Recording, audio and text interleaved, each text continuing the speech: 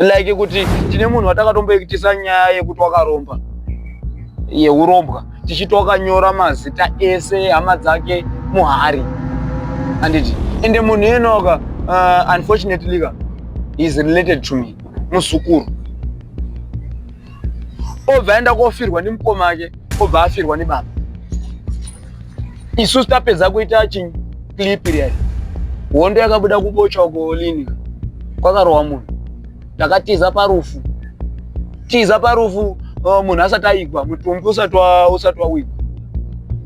munhu wakatiza baba ake muzukuru wangu saka vanhu vesewo vane hasha vanhu vari kubirwa lini vanhu vari kubirwa hapana zviripo papa hapana zviripo vanhu vari kubirwa nyoka dzedza zvazvinoita dzedza tine vanhu vekunana parks ava handisuda kumeshana mazita just because vanhu vari pamabasa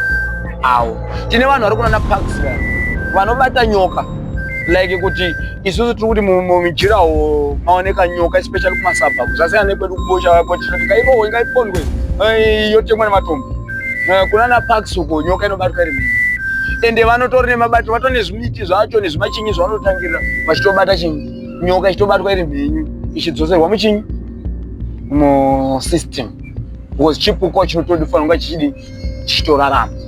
handiti tinavo vanhu vakafanewo ende macontacts avo titori nawo ekuti tinotovafonera toona shambani mwana wamai todawo nyoka aiwa nyoka inokwaniswa pazvedu haina chairitoziva ndikutsvagiswa mari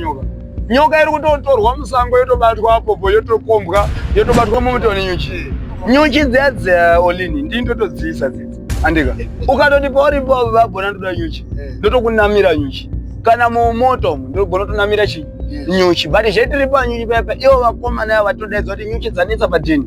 tovadaidzwa komana mafumigation avaurayi nyuchi vanobata nyuchi iri mhenyu andika so the same process yavanoita pakubata nyuchi ndo same process yatinongoita ivo vanodzibata voenda kudzitsveta kwakadini kwakakodzera kwadzisikainteracti nevanhu handiti but isu takudzibata todziisa pauriwo why because pano vachidzitora pepe fumigation they fumigatika kudzifendesa kuti dzimboshaya chinyi simba kuti vaone kudzitora kuenda nadzo kwarudini saka tinodzitita after fumigation todziisa padashboard kana kukuisira pahembe bo dzinonga dzakadhakwa handiti saka patinodziisa izo dzakadhakwa tinofanira kuti titotora maclip acho dzichakadhakwa kudaro tapedza todzibvisa mamweni mainterviews ese taakuzoita nyuchi pasisina zvozokombainwa zvichidini zvichibatanidzwa handiti tapai honye dzedze totodzitora mumatoilets mablayer toilets ndo matakatanga tichidzitora kutodongorera tsvina baba uchide kutore honye kuti content idini ite riu saka ndo matangira takaita kusvika tazonota iwa mublayer toilet hamuna honye dzakawanda honye madzakatowandira manjika kune vanhu vanochengeta huku vanopupura zvandotaura pabedding yehuku pepe tikaifukura de pasi pebedding pananga paine honye honye takazoona kuti paya pane honye dzakawanda kudarika dzemichinyi dzemublayer toilet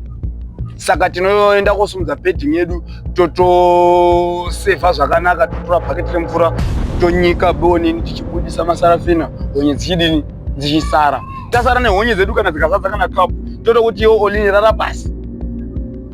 tautokuzora honye taukunamira honye dzimutisa nemutseye dzimutisa nemumhino toisa nepai handiti pamwe ende honye inofamba honye iri staff kana uri mutsva paplatform ino baya zvako kabhero ako kuti usubscribe urege kuzojambwa nedzimwe nyaya itsva itsva adzinenge dzatisvikira nedzinenge dzauya pakati pedu.